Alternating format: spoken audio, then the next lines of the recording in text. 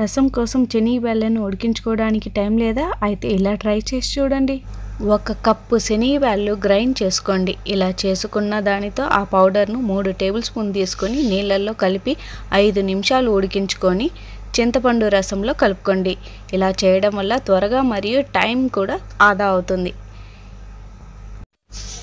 మిగిలిన దాన్ని తీసుకుని ఒక జిప్ బ్యాగ్లో వేసి దాన్ని ఫ్రిడ్జ్లో నిల్వ ఉంచుకోండి.